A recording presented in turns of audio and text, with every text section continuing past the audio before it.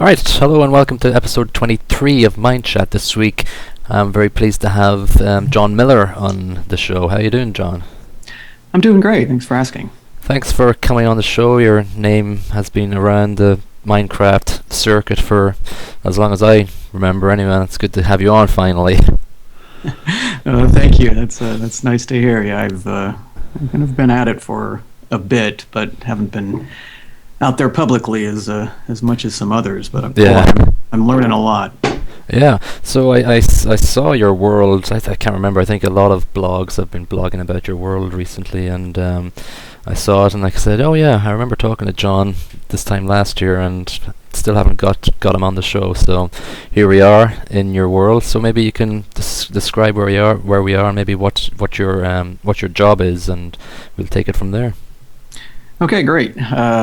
Yeah, I teach seventh grade and in California, and that is seventh grade is medieval history, world history. Mm-hmm. And I teach at a school that's in Central California, and it's 11 and 12-year-olds, and it's a pretty small community. It's a agricultural community. There's a fair amount of poverty, and we have some gang issues as well. And my students, their reading and writing is I could describe it as fair at best because they're 2, 3, sometimes 4 grade levels below where they really should be. Mm-hmm.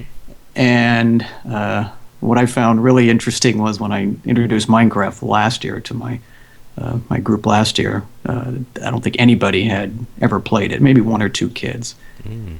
And this year is almost about the same. I think at least 80% of my students hadn't played it. Many of them had heard of it, primarily because of what I had done the previous year. But they've quickly caught on, and we started off the year with some kind of real small projects and just getting them used to the environment and moving around and building.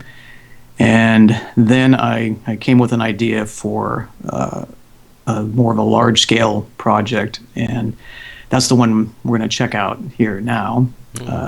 What we're in here is the ancient Chinese capital city of Chang'an, and it's currently it's the city of Xi'an in kind of northeastern China, and it was the capital during the Tang Dynasty, and that's one of the areas we cover in medieval China, focus kind of on the Tang Dynasty, a great era of progress for China, and kind of Confucianism was in, and it was an artistic explosion and all that. So I found a map of Chang'an on the internet, Wikipedia, and went around and then said, okay, I could probably make a small version of this for my students. And I mapped it out, as you see here, and kind of put a grid for all the streets. And then I numbered them, used Minecraft EDU, so I got the number blocks. Yeah. And I've put a wall around it, and then I assigned my students to basically a block. And I asked them before, I let them self-rate themselves where they thought they were as far as Minecraft builders were, beginners or intermediate or advanced players. Yeah. And then I looked at the city itself and the map of the city and saw that all the peasants were mostly outside and the farmers were out there, and then more residential inside, but still peasants near the gate. And then as you got closer to the center of town, you got more wealthier residents, and then of course the government center. So I gridded it out, and you'll notice some have red wool in them, and those were for my advanced players, and the gold blocks were for my intermediate players. Yeah. And then I've got locations here for a couple of markets, which is where you're at right now. And there's a couple of parks in here, and there's a Buddhist temple, and there's going to be what you don't see here now is that the the end of it is an emperor's palace, and I went and got a schematic offline called the Bagel Pagoda and put it in there so the kids would have kind of a reference to see. And I got a couple of other schematics too offline, and I put them right outside the walls so the kids could see the architectural styles, and we could try to mimic as much as we could the look of a Chinese building, ancient Chinese building. And then we put some a royal garden and a prince's palace in here too. And I think most of the students were well placed. They kind of said they kind of put themselves in their own category, and they worked in pairs, or they had as many as 3. A couple groups I let have 4 students in. We ended up also building outside the farmland because I needed some more, and it turned out pretty awesome because I had no idea what I was really getting into. I have 5 classes or 5 periods of students, and there are that's about 145 students.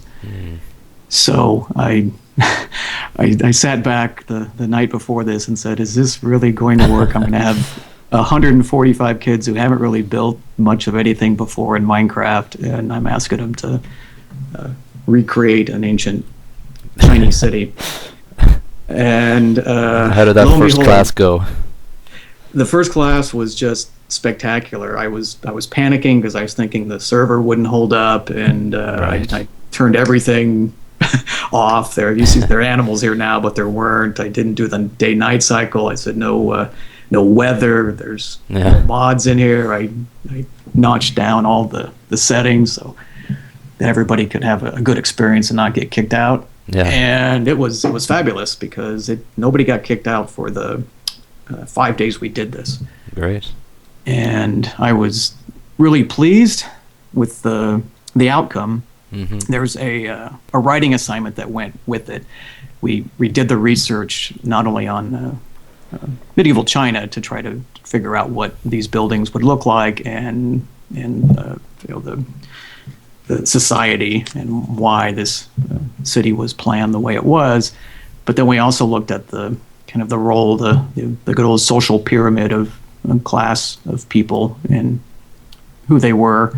And we went online and found a Chinese name generator, and so when not only did they make their own houses or government buildings, they also had to use info blocks and then place actual families in there. And so they wrote a little story about who lived in each house to go along with it.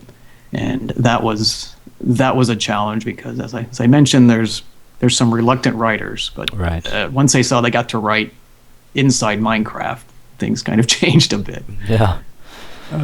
And so that's kind of the setup for it. And this is what you see here is obviously the before, and then we can head north and we can look at what the after is, if you'd like. All right, let's go. Let's do it.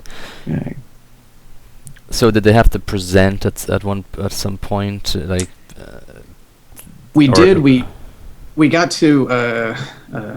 We had a day where we could share each other's worlds, and we got to go and play in it. And at that point, I also turned on the animals and horses, and so kids got to ride horses through the streets here, which they just went absolutely bonkers with that. It was just absolutely spectacular. Wow, this is cool. And this is so out here. This is obviously the farm area, and these were more intermediate players. I gave them some more space and let them set up a farm, and they got quite creative with their buildings, but then also with of course the water. And there you see there's an info block, and it'll tell the story of who lives here. Very cool. Very personal kind of reflection. Yeah, we added them all up. That was kind of a little bit of a math exercise too. We figured out how many people could actually live here if these buildings were full as we intended them to be. And it came out to like over 300 people that Wow. are potentially here. The real study had 1 million or more. So I can maybe we'll expand a bit next year, but I don't know if we'll get much bigger than this. Yeah, there's some great writing here. Yeah, I'm really pleased with what they were able to do. It took a while. We use Google Docs, so they had to write in Google Docs first to make sure Right. that the spelling and grammar, and then I had to okay it. And I have some, besides reluctant writers, I have some newcomers.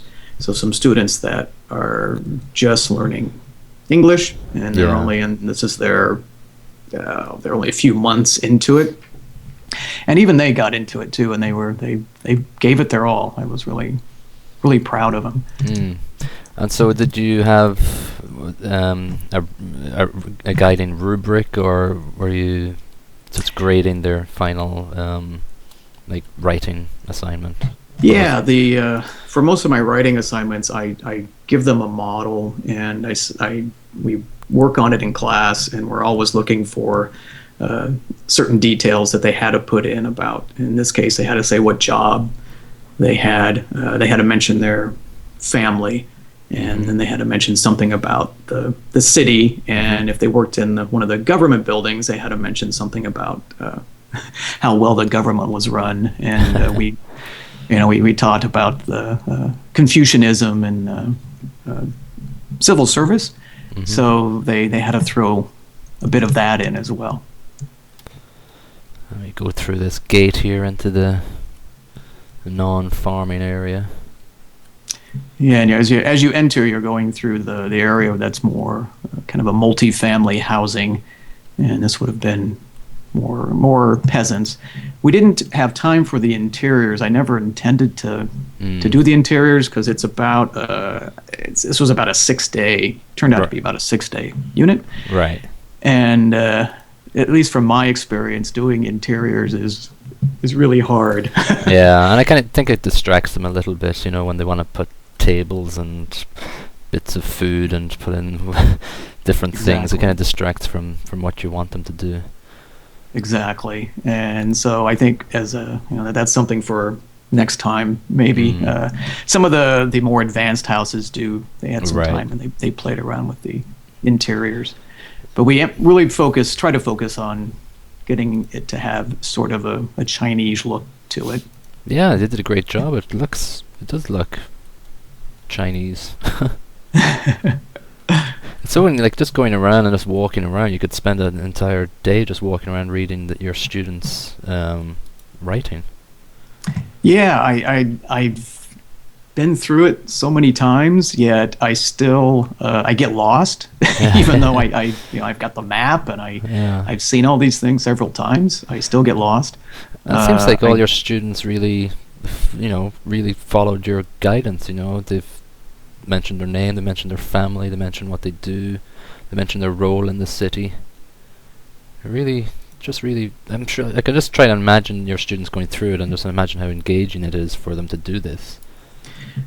I was floored because the first day there was so much enthusiasm all day long that I said, you know what, I'll stay open I normally stay open for lunch on several days to help kids, but I said, okay, the whole week I'll be here. And I had every single lunch period for a week, I had 33 kids in my class, and they just could not stop working on it. So what did you do before Minecraft? So what would you have had your students do before you thought of this?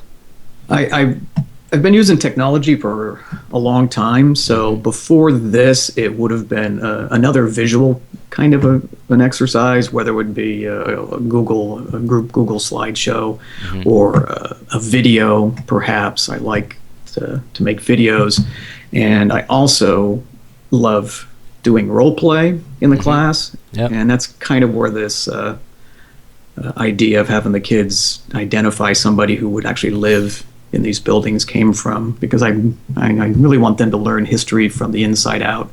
Yeah. And walk in the shoes of these folks. So we dress up. I dress up a lot in class and act goofy. And the kids get to interview me, and they have to role play themselves, and it's a lot of fun. And so that's where it was. I was before this, was trying to get the kids to visualize always, especially my students. As I mentioned, it's really rural. We're 50 miles away from the next nearest moderate-sized city, and so they're very isolated, and they don't know much about the world around them. So I'm constantly trying to figure out new ways to show off other other parts of the planet, Right. and history lets me do that. It's just reading. I keep on just constantly going to these information posts, and it's exactly what you said. It's them putting themselves into these Chinese kind of families, their lives, and into their personal accounts of what it's like to live in this society back then. It really is just great. I had to correct several of them. This is a funny story because we just use Google as well to help us with kind of some translation issues. But the website with the Chinese names, there were hundreds of cultures you could pick or a name generator, and some of these kids they obviously didn't pick Chinese. So as I'm reading it, it's like in Latvian or something, and I had to call them back and say, I think you need a better name because this is definitely not a Chinese name.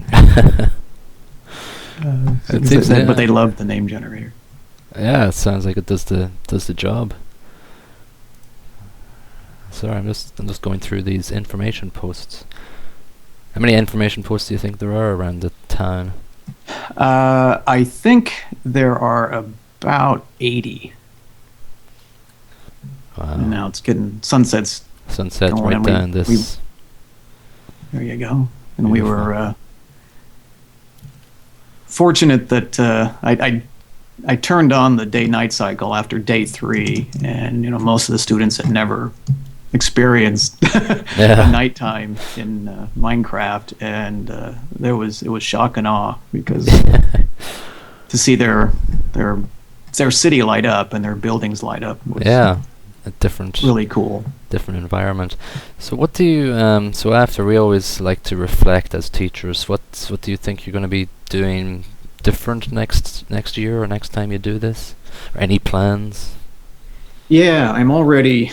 I wasn't even done with this, and I was already figuring out what I was going to do for the next one, because after this unit is we move on to the Mongolia and Genghis Khan and all that, and I thought, the horse thing. Horses. Yeah. I'm planning on next year. Hope none of my kids watch this for next year, but I'm planning on next year when we finish the city, that we all get on horses and then ride in and kind of sack it, so that they can destroy it. That would be fun. Of course, but we'll be Mongolian horsemen who come in, and we'll do a great wall and get by it and come on in and take care of the city. That sounds maybe like also a lot of fun. Some interiors. Too, especially the nicer, the palaces and things, which is now you're on the kind of the Rodeo Drive. These are the more executive places. Yeah, and these are all built by one student each, one or two kids. The advanced kids each got their own block. They did they did research, obviously, throughout your unit of work, where they had their vision of what a temple or a house should look like. Yes. Yeah.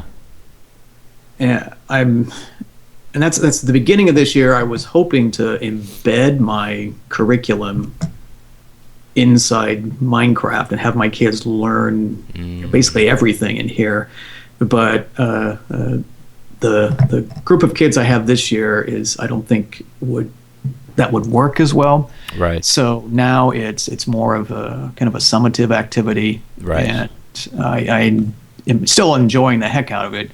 But I'm also I was looking to next year to get from the get-go is have these kids in Minecraft and creating content for me and publishing this stuff themselves.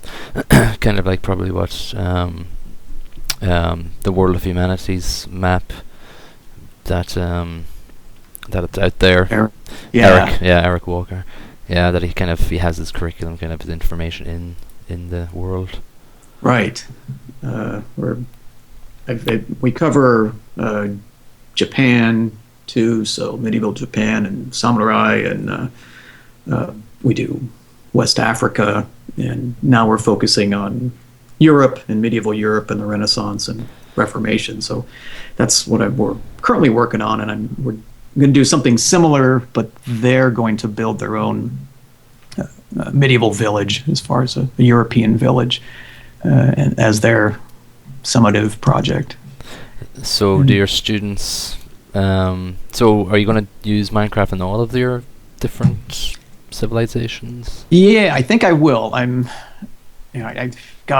Seeing Eric's work and linking everything so well, it just impresses the heck out of me.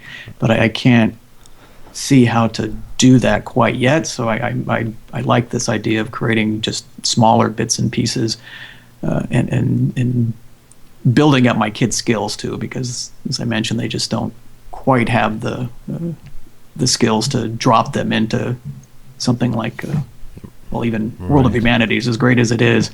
I think my kids would have some issues moving around.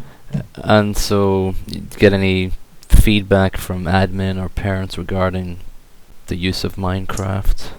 I haven't, except through, I just had parent conference week, and I meet with as many parents as possible, and I did just, for only the second time, did a parent bring up Minecraft. They were, of course, all for it because their kids are playing it, and it's the kids know about it, and it's starting to show up on their devices too. So the parents are starting to see it, but most of my kids still, they don't have Minecraft at home themselves. So I'm hoping to try to get an online server that they can play on, that the parents can also get involved in, because that's the key.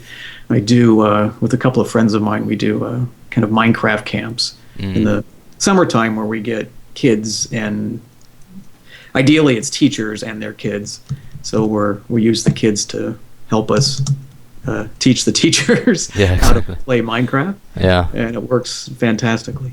So that's part of my long-term goal, is to encourage more parents to hop in here and play around with their kids and see the potential. Yeah.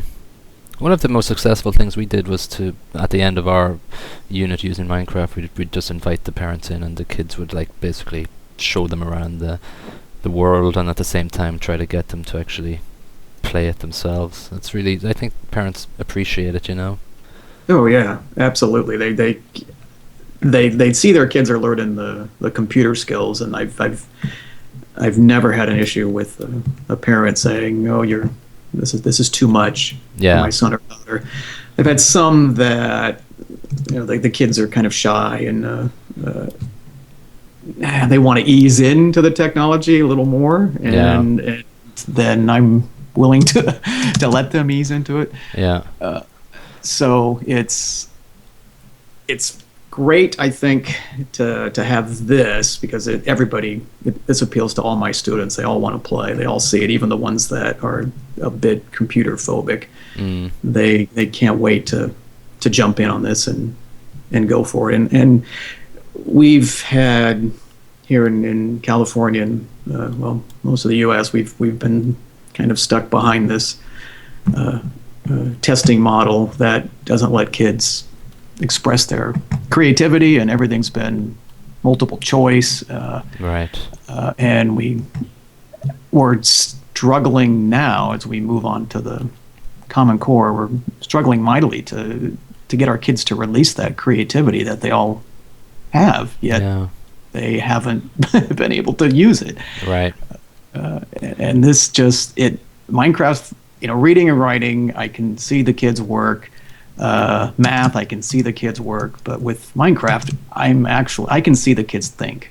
Right. And you can't do that with anything else that I'm aware of yet. And if there are, I'd love to hop in. Do you feel the pressure then of does what you do meet all the standards for Common Core? I'm not a big expert on Common Core, but I know it's massive in America. Obviously, it's pivotal to your teaching. But did you ever feel the pressure, or kind of like have it in the forefront of your mind when you're planning this out, or worry about it? I do, because my kids also blog, and I have a class blog, and we've been blogging for a while, and I think that's the key, is that reflective writing part of it. I think that this is really the perfect world for me is Minecraft and blogging, because my kids will be able to show off what they do, what they create. They'll be able to write about it. They'll be able to publish videos, make their own books based on the history. I want them to be able to pretend that they're in each one of these villages and write as that villager, right. Whether it's a knight or a peasant, wherever they may be, and then they're creating this massive body of work at the end of the school year that has to impress themselves as well as everybody else. But to get kids to put that much effort into school is really hard. And yet I see my kids being able to do this as low as many of them are. I think this is a fantastic tool, and it hits on multiple Common Core standards. Right. Did you see the visible levels of engagement go up from your previous assignment last year, like not using Minecraft, to the use of Minecraft this year? Did you see any jump ups in kind of student engagement and student kind of attainment of knowledge too? Did you see anything like that?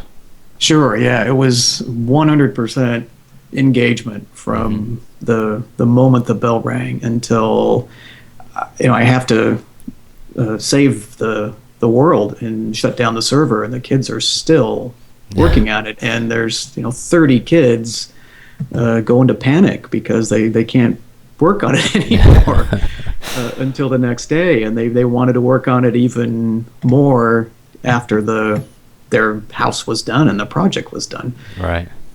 I've never experienced anything like it before, and I'm striving now to get as much of my curriculum as I can that has an option for Minecraft. I'm not going to force kids to jump in here. I believe every kid should have an option to do whatever they'd like to show me that they learned the material.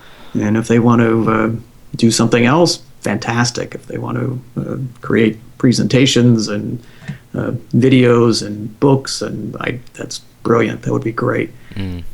But this is such a creative outlet that I see it as a big part of my teaching for hopefully years to come. Yeah, and do you envision yourself making this like on a publicly accessible server for them so that they can continue at home, or is that something that just may not work in your kind of area?